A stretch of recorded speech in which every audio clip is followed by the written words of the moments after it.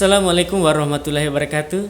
Sahabat podcast Sultra dimanapun Anda berada, senang sekali rasanya sore hari ini bisa bersua kembali.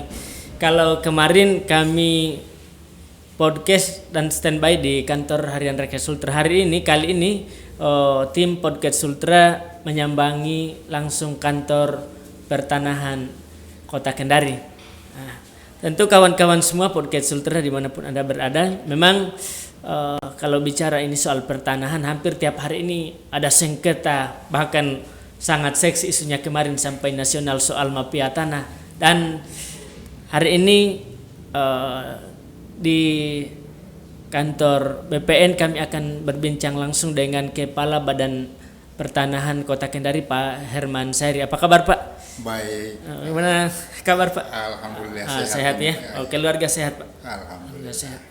Pak, ini kan sudah era teknologi 4.0 ini. Suka atau tidak suka, ini kan BPN juga harus berbenah soal teknologi. Begitu.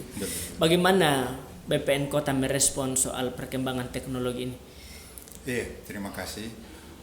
Di era teknologi saat ini memang betul kami kantor pertanahan Kota Kendari ya secara otomatis harus mengikuti. Ya, jadi kami kan instansi vertikal, jadi memang di kementerian itu sudah menyiapkan beberapa instrumen untuk hal tersebut. Jadi masyarakat sebenarnya bisa untuk mengetahui layanan-layanan di kantor pertanahan bisa melihat di aplikasi Sentuh Tanahku. Oh, Sentuh Tanahku ya? Ya, Sentuh Tanahku. Kemudian untuk permohonan juga sudah bisa diakses melalui loketku. Itu memang sekarang kami lagi berusaha untuk mensosialisasikan semua itu. Jadi sekarang apapun yang mau diurus di BPN ini sudah ada yang tersedia di website ada. tadi. Website apa lagi, Pak? Sentuh Tanahku. Oh, Sentuh Tanahku ya. Iya, kalau Sentuh Tanahku loket, kalau ingin bermohon ada namanya loketku. Loketku daftar bisa. Jadi kapan misalnya hari ini saya bermohon begitu? Iya. Kira-kira kapan prosesnya ini berlangsung? Ya, di aplikasi loketku itu umpama saat ini kita melakukan permohonan melalui aplikasi tersebut, nanti buat perjanjian. Kapan Bapak umpama pemohon ingin datang ke kantor pertanahan supaya nanti di kantor pertanahan sudah disiapkan umpama besok hari Kamis.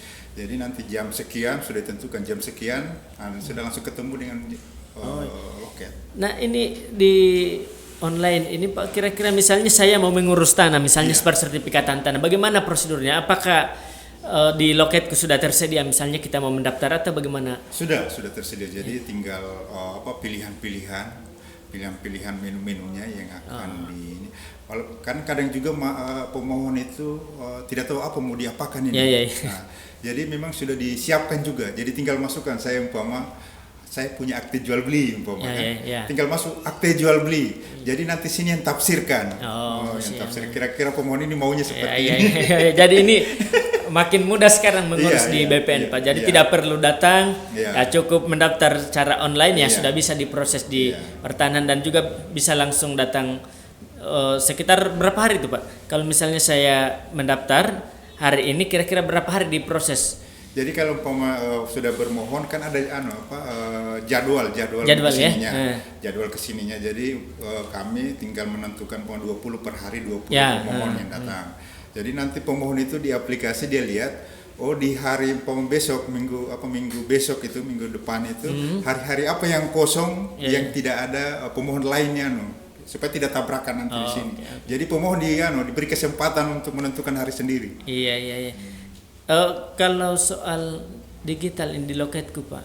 Kalau pelayanan secara manual kan secara otomatis Senin sampai Jumat. Kalau di online juga ini bagaimana? Apakah misalnya bisa dulu mendaftar biar di hari libur tetap bisa daftar nanti? Bisa ini saja. Kan yang menentukan itu nanti jadwal pertemuannya. Ini salah satu kemudahan ini. Jadi Bapak ini atau Ibu yang mau mengurus di BPN silakan, karena sekarang sudah ada digital, sudah bisa memanfaatkan teknologi ini, semakin memudahkan kita ya. Pak, kalau ini sudah sosialisasi berarti atau lagi masih? Ini lagi masa sosialisasi dari kementerian juga mensosialisasikan, kami juga lagi berusaha mensosialisasikan. Ya mudah-mudahan dengan media podcast ini bisa terus sosialisasikan. Sangat membantu ini, Pak. Ini harus segera masyarakat harus, misalnya kalau sudah sosialisasi sudah masif, saya kira masyarakat harus menggunakan fitur-fitur ini, sudah tersedia tinggal dimanfaatkan secara baik ini. Pak, ini kalau bicara soal pertanian ini tahun 2021 apa saja ini yang sudah dilaksanakan oleh BPN, terutama soal persertifikatan. Kalau saya lihat kemarin justru Pak Jokowi sempat hadir di sini membagi sertifikat begitu. Ya. Iya. Di tahun 2021 ini kami ditargetkan pensertifikat itu sebanyak 3.750. Ya. 3.750 ya total. Ya, untuk penyerahan secara simbolis sudah dilaksanakan sekitar awal-awal bulan ini kemarin oleh Pak Menteri. Jadi memang kami sekarang lagi berkoordinasi dengan pihak kelurahan untuk penyerahannya. Penyerahannya karena kemarin kan baru sifatnya simbolis saja. Ya. Tercapai itu Pak 3.000. Tercapai 3.750.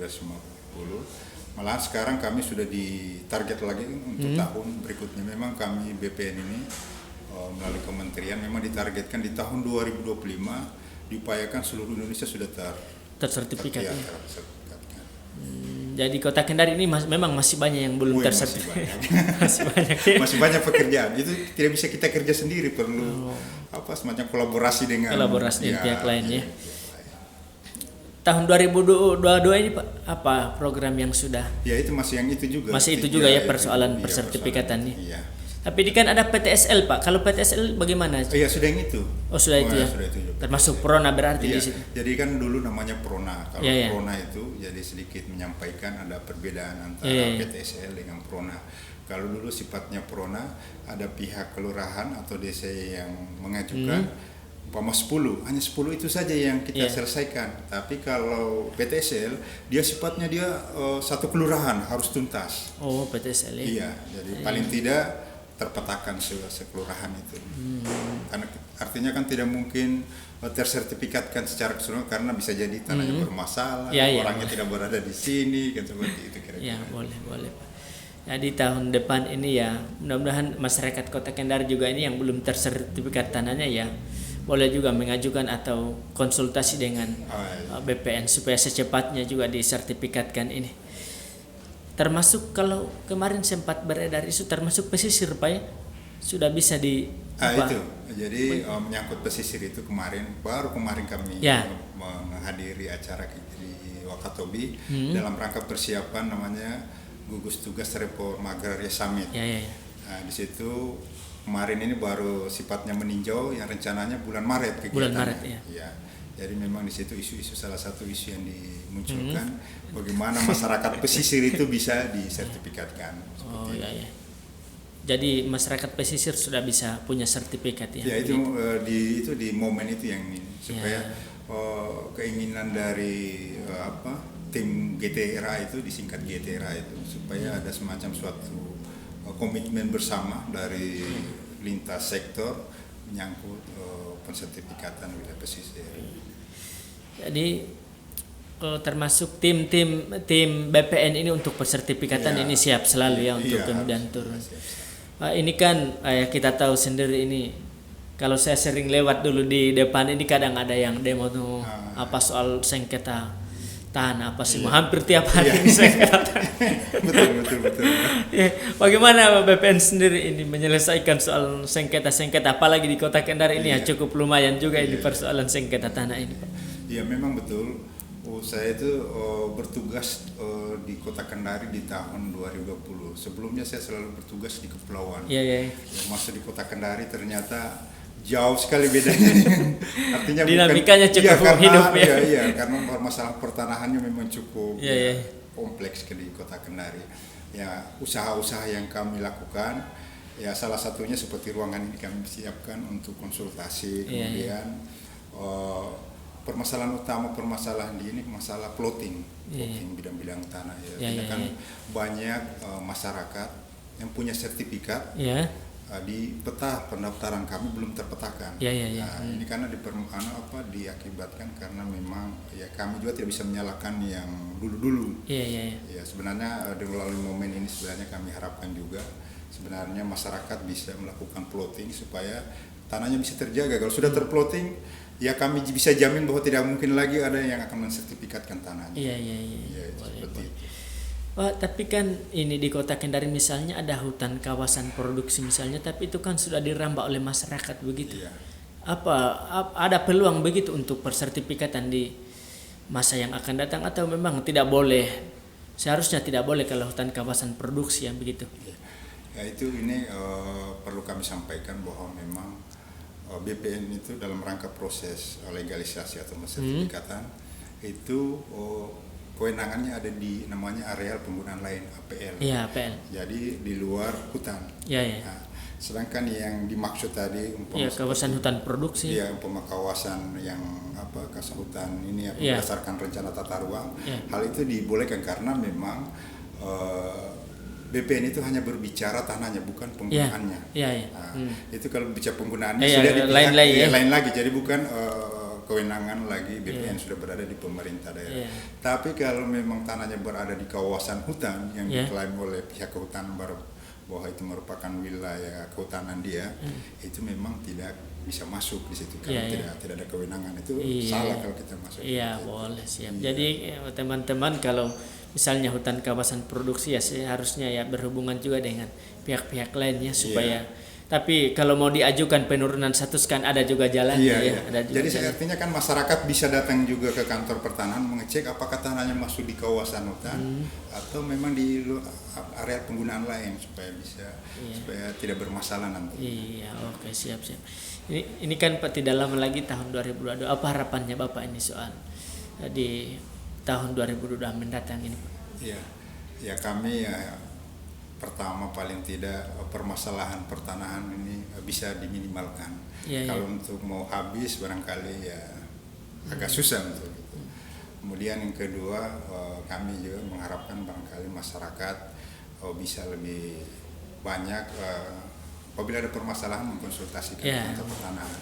Kemudian bila mengurus tanahnya ya jangan menggunakan calo, datang loket. Makanya ke loket. Makanya kami juga sudah membatasi di kantor pertanahan itu, maka kami sudah memagar itu supaya masyarakat tidak usah lagi ke belakang mencari siapa. Loket kami sudah siapkan supaya langsung ke loket. Iya, ini poin penting ini bahwa masyarakat ini kalau mau mengurus ya silakan datang langsung.